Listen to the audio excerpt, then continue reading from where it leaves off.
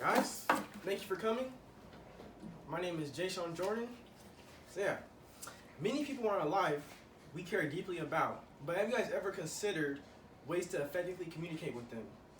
It's possible that you guys don't have the same love language. So today, I'm going to teach you how to communicate when you and your partner don't share the same love language. Now first, what are these love languages? Gary Chapman defines the terms as an intimate style of communication. And those 5 love languages are words of affirmation, which can be simple as a physical touch or a hug. No, that's physical touch. Words of affirmation is like as simple as, I love you or something like that. Physical touch is the, hugging and all that. Acts of service, doing the dishes for them or cleaning up their room. Last but not least, quality time and gift giving. Quality time, it could be like watching a movie or, giving them a gift, which is gift giving.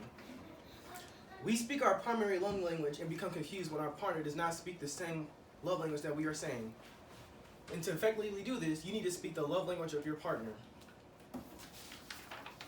However, knowing your partner's love language isn't enough to show that you appreciate them.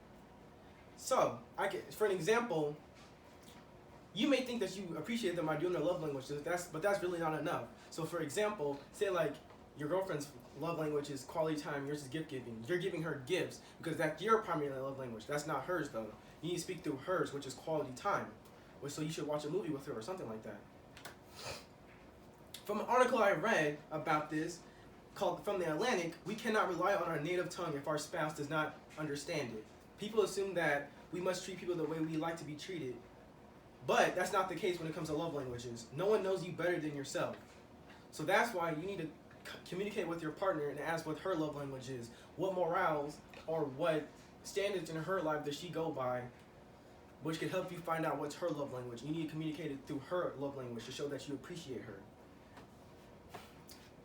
To strengthen the communication, don't hesitate to ask them, like I said, to see what her morals are, her or his morals are, and like what do they stand on in life to show to realize what their love language is. In an article from Women's Health magazine called What Exactly Are the Love Languages, they suggest analyzing their own principles and values to further understand what your partner's love language is.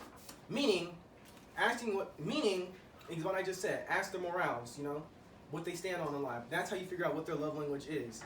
I wondered how to effectively communicate my own love language to my partner and how to help her communicate to me with my love language. So I'm going to tell you how to do that. So I told you how to do that. So now, after we went through all of that, you guys now have the tools. We all know it's difficult to express yourself and be vulnerable. To reiterate what I said this entire speech, love languages are a form of intimate communication with someone else. And like all communication, it can be misconstrued or miscommunicated. Remember the person you thought of at the beginning of the speech. You now have the tools and the resources you learned from what I've told you to show your appreciation and affection towards that person. And that's my speech. Thank you guys for coming, and yeah.